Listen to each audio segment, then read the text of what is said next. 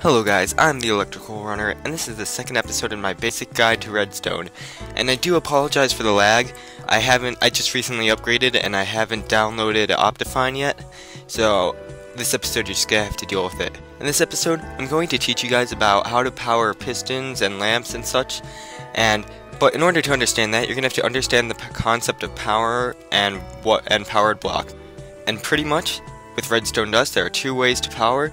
There are lines and circles. And to understand this, you're going to have to understand the concept of primary and secondary power. So, this redstone circle is being powered by this redstone torch.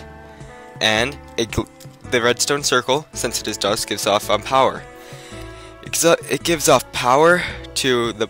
first-hand power to this iron block because it's touching it gives off first-hand power to this iron block and the blocks to the side, so that would be not that one, but this one.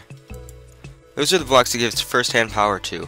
And what first-hand power is, it's pretty much power that comes directly from the source, which is usually redstone dust, as we are discussing.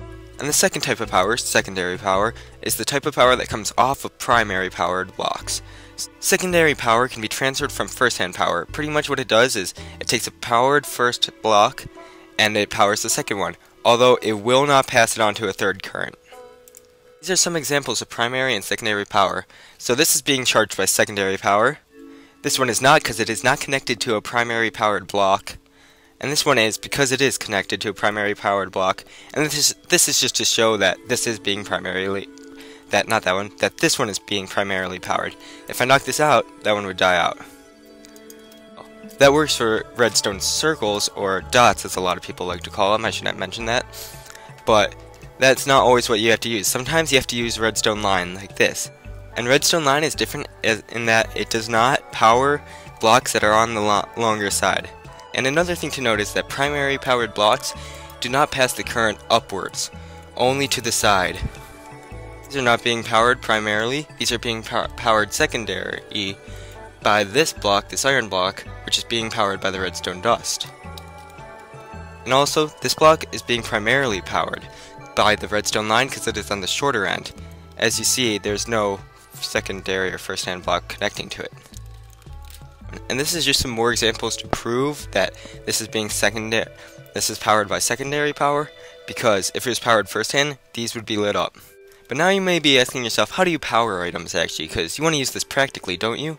Well, to do that, the redstone's either going to have to be going into it, like this, directly, and not like this, because it's not going into it, it's just on the side.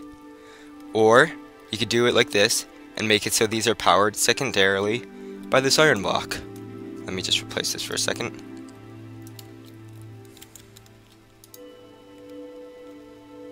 And this is just an example to show that it is powered secondary because of this. If it were powered first-handly, is that even a word, first-handly?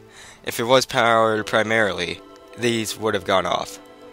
That's all I have for tonight, guys. Next episode, I will be covering rails and detector rails, which I forgot is also an input, which can be used to trigger redstone. And I hope you guys all have a happy Halloween and night.